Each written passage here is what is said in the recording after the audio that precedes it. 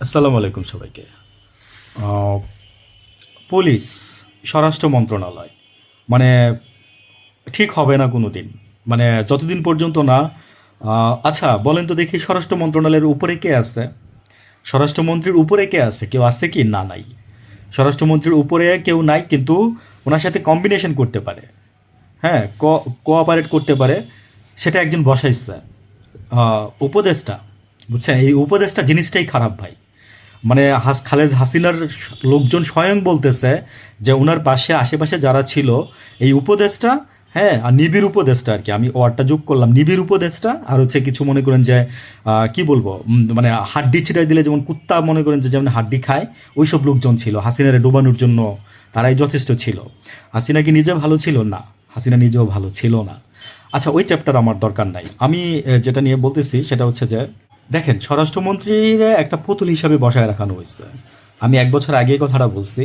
তো তার চেয়ে ভালো ছিল আপনার ওই যে ব্রিগেডিয়ার শাখাওয়াত, বা বডি ল্যাঙ্গুয়েজ ছিল। আপনি দেখেন আমাদের দেশে স্বরাষ্ট্রমন্ত্রী বলেন, সেনাপ্রধান বলেন, একটারও বডি ল্যাঙ্গুয়েজ আছে? হ্যাঁ, উইথ ডিউ রেসপেক্ট, কোনো বডি ল্যাঙ্গুয়েজ নাই। এদের দেখে সন্ত্রাসী মানে ভয় পাবে কি? আমি বলবো যে তার তুলনায় শাখাওয়াত সাহেব হাজার গুণে লাখো গুণে ভালো ছিল। তাকে তো সরাই দিলেন আপনারা। সরানোটা কিন্তু একটা চাল, জানেন? মানে আমি এই কথাটা কেন বলতেছি আমি একটু পরে আসতেছি। পুলিশ, পুরো পুলিশ নিয়ন্ত্রণ করে কে? এই যে উপদেষ্টার কথা বলছি না আমি কিছুক্ষণ আগে, একজন উপদেষ্টা বলছি, হ্যাঁ, যে উপদেষ্টা থাকে বিভিন্ন জায়গায়, ব্যাংকে উপদেষ্টা থাকে।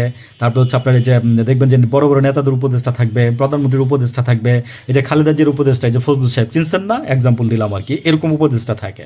তো পুলিশের একজন উপদেষ্টা আছে, নাম কি জানেন? ওর নাম হচ্ছে খুদা বক্স। তো কোন কথা বলছে আপনারা কি চিনছেন? না চিনলে আমি চিনাই দিচ্ছি। সেটা হচ্ছে প্রদীপ, মনে আছে সিনহা মার্ডার করার পর একটা ফোন দিছিল, দিয়া বলছিল যে কুরবানিদের দিন, হ্যাঁ, প্রদীপ, মানে তুমি গরু খাওয়ার দিনে তুমি আমার কেন ফোন দিচ্ছ?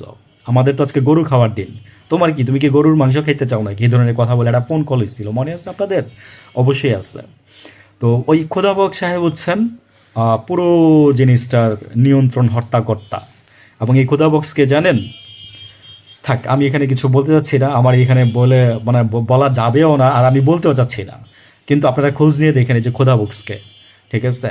এই পুলিশের মধ্যে যিনি আছেন, এই খোদাবক্স, ওনার কারণে অনেক কিছুই হচ্ছে না। তো এখন বলতে পারেন যে ওনাকে সরাই দিচ্ছে না কেন? ইউনূস সাহেবকে জিজ্ঞেস করেন, কারে কারে আপনি ধোয়া তুলসী পাতা বলবেন? এদেরকে ঢুকাইছে কে? এদেরকে ঢুকাইছে কে?